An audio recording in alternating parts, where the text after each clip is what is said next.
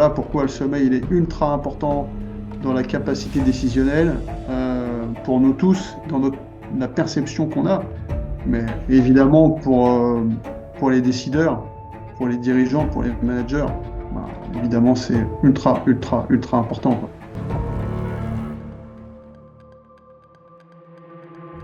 Voilà, ce que tu évoques, le cortisol, c'est l'hormone du stress, et la nuit est un régulateur du cortisol. Ce cortisol,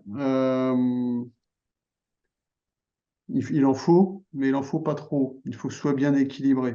Voilà. Et un sommeil réparateur va te permettre de te réveiller avec le niveau optimum de cortisol, celui qui va te permettre d'être dynamique dans la journée, mais pas sous stress. Et quand tu n'as pas régulé ça, tu pars déjà avec une dose de cortisol qui va être trop élevée ou trop basse. Et donc tu vas être en hyper ou en hypostress. Soit tu vas être trop mou, soit tu vas être au contraire trop stimulé. Et en fait, tu n'auras pas une réaction adaptée à la situation. Ce que j'aime, c'est en permanence essayer d'avoir la vision la plus objective possible de toutes les situations et de toutes mes compétences. Voilà. Être stressé, c'est OK. Le stress, c'est quoi?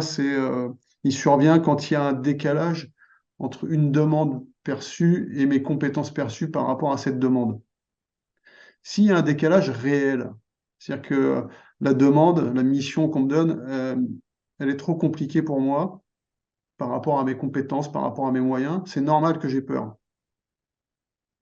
Si je prends l'exemple d'une rixe, une bagarre, comme je l'évoquais tout à l'heure, si j'ai 300 adversaires et qu'on est 10 et qui sont super énervés, c'est normal que j'ai peur et j'ai raison d'avoir peur. Et simplement, ce stress, cette peur, elle va me permettre soit de réduire la mission, et donc peut-être d'isoler un groupe qui correspond au mien pour pouvoir le traiter, soit de monter mes compétences et donc de demander du renfort, par exemple. Mais l'objectif, c'est d'avoir cette vision objective.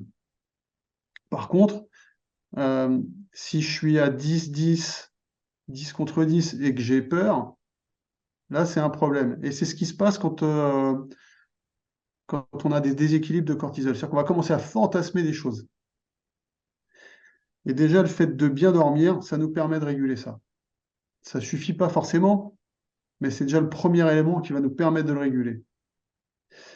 Euh, D'autre chose, c'est que le stress nourrit l'insomnie nourrit le stress. C'est un Larsen, le truc. Ça tourne en boucle. Ça tourne en boucle. Et donc, il faut toujours essayer de trouver des points d'entrée à un moment pour essayer de casser cette spirale.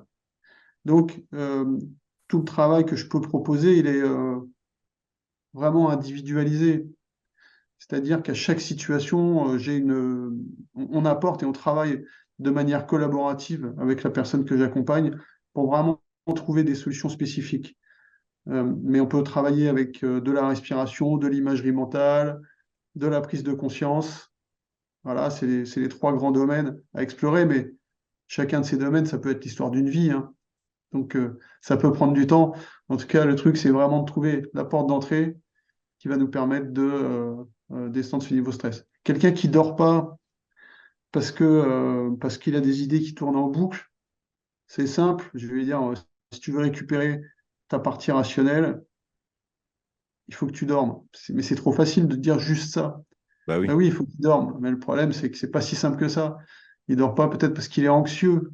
Et il est anxieux parce qu'il dort pas. Donc, voilà, le challenge, il est de trouver la porte d'entrée. Et je dois dire qu'avec toi, tu es arrivé à un moment où tu en avais marre de cette situation. Donc, il faut aussi en avoir suffisamment marre de cette situation. Parce que, comme tu l'as dit, c'est simple, mais c'est pas facile. Et ça demande une vraie, vraie, vraie belle discipline, quoi.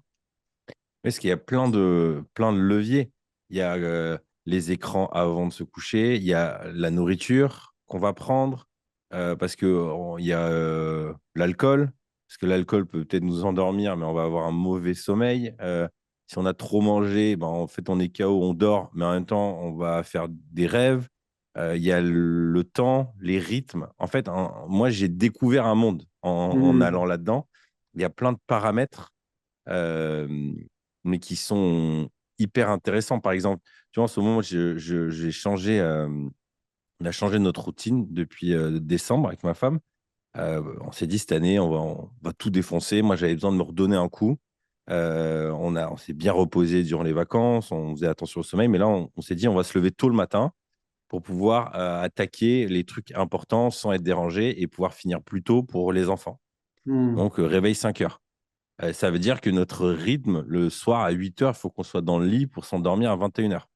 Mais en même temps, les enfants, ben, ils mettent du temps à s'adapter à se coucher tôt, même s'ils se couchaient déjà tôt, mais 21 heures qu'il n'y ait plus de bruit, c'est compliqué. Donc parfois, je me couche plus tard. Ou alors même socialement, j'ai un événement, un dîner de networking ou quoi, ça se passe souvent le soir. Et du coup, moi, en ce moment, la question, c'est est-ce qu'il faut mieux que je favorise la régularité, c'est-à-dire en gros, peu importe à l'heure que je me couche, je me réveille à 5 heures, ou au contraire, il faut que je favorise plutôt la quantité. C'est en gros, ok, bah, ok, je passe je me lève plus tard. Et tu vois, je voyais dans mon application, j'ai fait ça, donc ça fait un mois, j'étais nickel. Juste ce week-end précédent, je me suis autorisé à me lever à 6h30 au lieu de 5 heures. J'ai eu une mauvaise note, alors que la quantité a été bonne. Et en fait, Hmm. j'ai pris conscience que lui, il favorisait plus la régularité des horaires plutôt que la quantité. Est-ce que ça, tu as ce regard-là aussi? Ouais, globalement, oui. Après, spécifiquement, il peut y avoir des réactions personnelles un petit peu différentes. Mais globalement, le sommeil, il doit être super régulier au niveau des horaires, tant que possible. Ouais. Euh, donc, se coucher et se lever tous les jours à la même heure, c'est idéal. Après, il faut respecter les cycles. Tu sens que toutes les heures et demie, à peu près, tu as le marchand de sable qui passe en fin d'après-midi, en fin de journée. Et si tu le laisses passer, tu es reparti pour 1 heure et demie. Donc, tu vas pas forcément t'endormir facilement.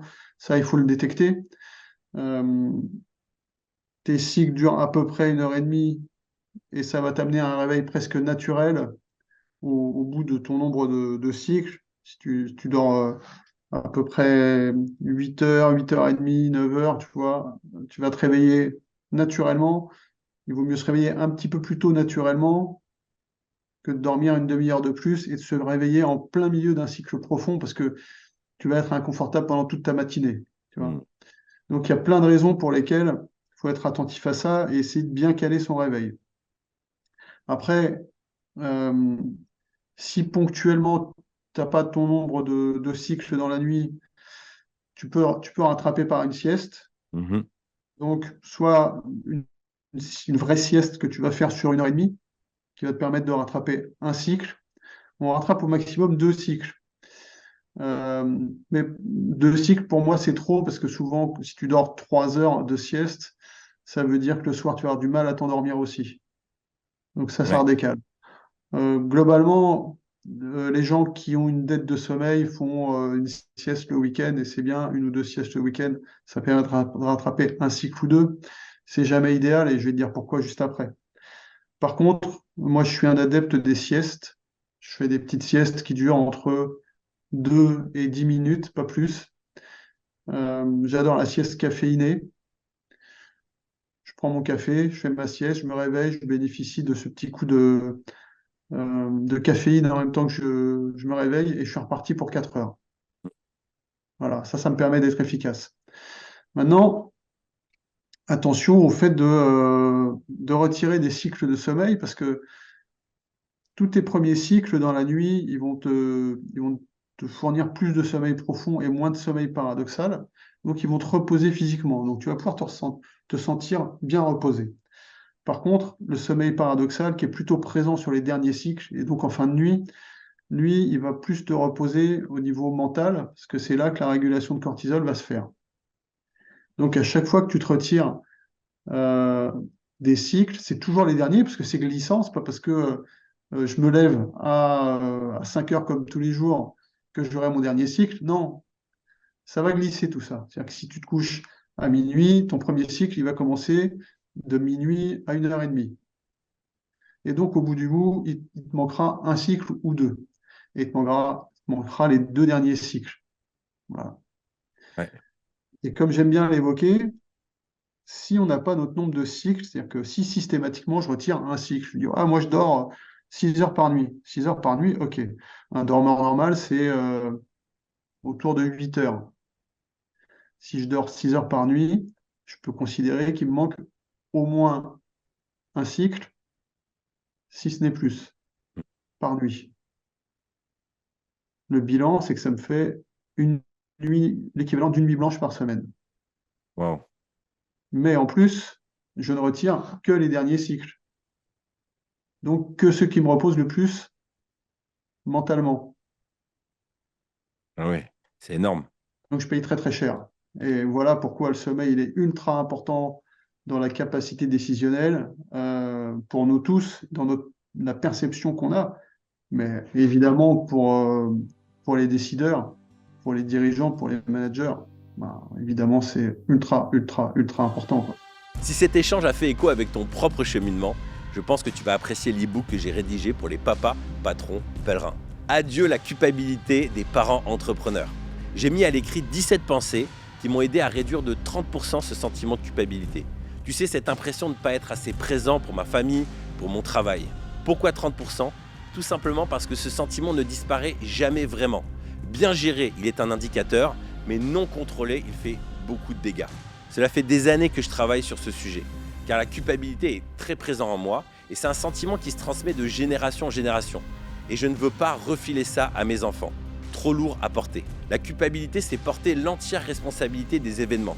Dans l'e-book, je te partage aussi un cheminement mental pour t'aider à discerner ta part de responsabilité, au lieu de te flageller, encaisser, faire le sauveur, de plutôt responsabiliser les gens autour de toi.